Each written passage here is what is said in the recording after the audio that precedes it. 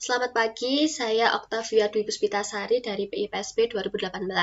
Di sini saya akan menjelaskan tentang Perang Dunia I.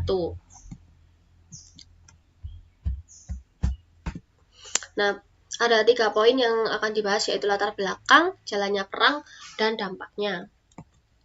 Perang Dunia I ini berlangsung pada tahun 1914 hingga tahun 1918.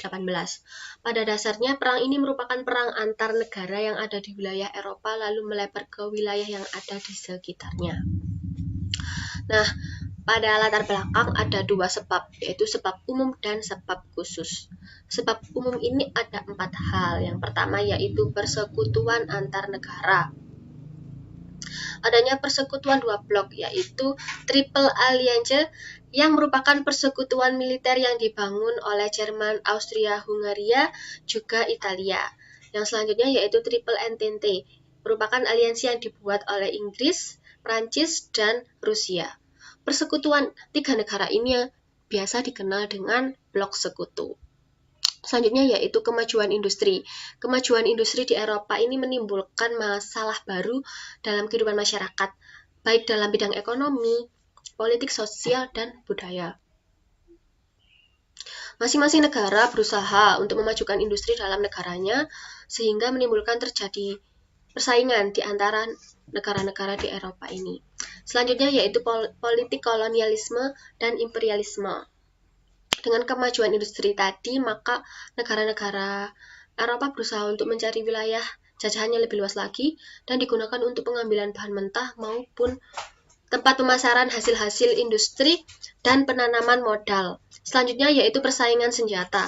Masing-masing negara berusaha untuk meningkatkan kewaspadaan jika terjadi perang besar. Oleh karenanya terjadi persaingan dalam memproduksi senjata dan kecanggihannya. Nah, sebab khusus ada 3. Yang pertama yaitu terjadinya pembunuhan putra mahkota Austria, yaitu Franz Ferdinand dan istrinya di Sarajevo oleh anggota kelompok nasionalis Serbia pada tanggal 28 Juni 1914. Kemudian Austria ini mengeluarkan ultimatum yang dikenal dengan ultimatum Habsburg, ditujukan pada Serbia agar menyerahkan pembunuh sang putra mahkota.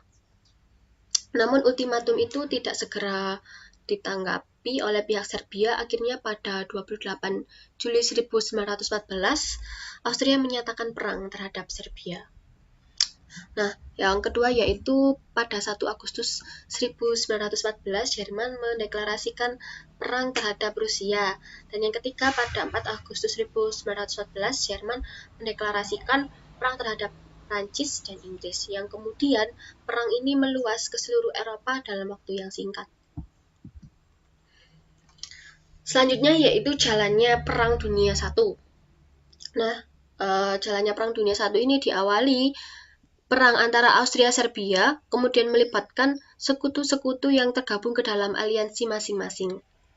Nah, saat itu Serbia mendapatkan dukungan dari Prancis dan Rusia. Begitu juga Jerman menyatakan keberpihakannya kepada Austria dengan menyatakan perang dengan Prancis. Kemudian pada tanggal 4 Agustus 1914, ketika Jerman menerobos Belgia untuk menyerang Prancis, Inggris memberikan bantuan kepada Belgia dan Prancis menyatakan perang dengan Jerman. Dalam seminggu, 5 negara besar ini terlibat ke dalam perang Austria-Serbia. Dan sesaat terjadilah perang besar-besaran. Perang Austria-Serbia ini bisa dianggap sebagai alibi bagi kedua aliansi yang berseteru untuk membalaskan denda masing-masing dan juga sebagai ajang penunjukan kekuatan masing-masing. Selanjutnya yaitu peperangan terjadi di 2 front, yaitu Barat dan Timur. Jerman menghadapi Prancis di front Barat dan Rusia di front Timur. Namun, rencana ini gagal karena mendapatkan perlawanan sengit dari Prancis. Selain itu, Jerman harus menghadapi Rusia yang sudah menuju ke Prusia. Saat perang mulai melambat, kedua belah pihak ini berusaha memperkuat diri masing-masing di luar Eropa dengan memperluas daerah jajahannya. Inggris dan Perancis menyerang daerah jajahan Jerman di Togoland, Kamerun, dan Afrika Timur. Di Asia Pasifik, Jepang mengambil alih daerah jajahan Jerman di Kepulauan Marshall, Mariana, dan Carolina. Kemudian pada tanggal 31 Januari 1917 ini Jerman melancarkan perang kapal selam secara tak terbatas. Akibatnya, 5 kapal dagang dan penumpang Amerika Serikat ini ditenggelamkan Jerman pada 1917, termasuk kapal Lusitania yang sudah lebih dulu ditenggelamkan oleh Jerman pada 7 Mei 1915. Nah, pada 10 April 1917 ini kemudian Amerika menyatakan perang terhadap Jerman. Sementara itu di Rusia terjadi pergolakan dari kaum buruh yang menginginkan perdamaian. Terjadi revolusi buruh yang menggulingkan kekuasaan Kaisar Nicholas II di bawah pimpinan Lenin dari kaum Bolshevik. Nah, sejak pasukan Amerika Serikat ini memasuki benua Eropa, Blok Serikat mampu memukul mundur pasukan Blok Sentral. Nah, akhirnya pada September 1918, Bulgaria ini mengajukan damai, dan satu persatu negara yang bergabung dalam Blok Sentral ini mengalami kekalahan. Nah, selanjutnya pasukan Blok Serikat ini mulai menduduki Makedonia dan Serbia. Inggris berhasil menduduki Yerusalem bersama-sama pasukan Arab. Inggris di bawah Jenderal Allenby berhasil mendesak Turki dan berhasil merebut benteng-benteng pertahanan dari Baghdad sampai Aleppo.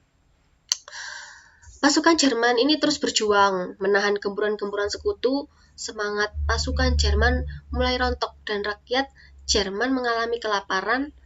Sementara itu di dalam negeri Jerman sendiri terjadi pemberontakan rakyat. Gerakan orang-orang komunis di Munchen dapat menggulingkan Kekaisaran Wilhelm II sehingga terbentuklah negara Republik. Pada akhirnya Jerman ini menandatangani perjanjian Versailles, dan pada saat itu juga Perang Dunia I berakhir. Nah, selanjutnya yaitu dampak dari Perang Dunia I. Nah, ada pada bidang politik. Yang pertama yaitu timbulnya perubahan kekuasaan wilayah. Di bidang politik ini pengaruh Dunia I sangat terasa. Wilayah kekuasaan negara-negara yang berperang mengalami perubahan. Ada Jerman, Austria, dan Turki ini menjadi republik dan wilayahnya menjadi sempit. Selain itu muncul negara-negara baru seperti Polandia, Finlandia, Cekoslowakia, Hongaria, Mesir, Irak, Saudi Arabia, Syria, Lebanon, dan Austria. Selanjutnya timbulnya paham politik. Paham-paham baru sebagai reaksi terhadap paham demokrasi liberal yang tidak berhasil menghadapi kekacauan di beberapa negara Eropa bermunculan. Di Italia lahir paham fasisme yang diperkenalkan oleh Benito Mussolini. Selanjutnya pada bidang ekonomi ini adalah sistem ekonomi liberal diganti dengan sistem ekonomi terpimpin, di mana sistem ekonomi liberal yang dipandang menyulitkan diganti dengan sistem ekonomi terpimpin yang banyak melibatkan kekuasaan negara. Hal ini terjadi bukan hanya di negara-negara totaliter, akan tetapi juga di negara-negara liberal seperti Amerika Serikat di bawah Presiden Roosevelt. Nah, pada bidang sosial, yaitu kedudukan buruh dan wanita semakin penting demi mendorong produktivitas industri.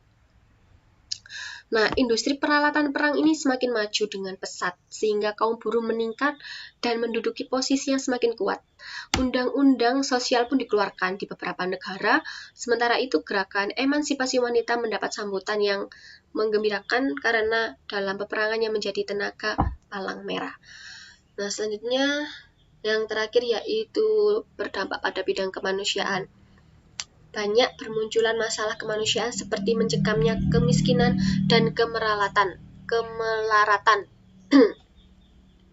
Keadaan perekonomian masing-masing negara yang terlibat dalam kancah peperangan saat itu menjadi hancur. Hal tersebut membawa dampak pada umat manusia, yaitu kemiskinan dan kemelaratan semakin mencekam. wabah penyakit merajalela, penduduk yang negaranya sedang berperang banyak kehilangan tempat tinggal, banyak manusia yang tak berdosa juga harus kehilangan nyawa dan cacat mental maupun tubuh. Dan banyak lagi akibat yang dapat ditimbulkan dengan meletusnya atau terjadinya Perang Dunia I ini. Ya, sekian penjelasan dari saya. Terima kasih dan selamat pagi.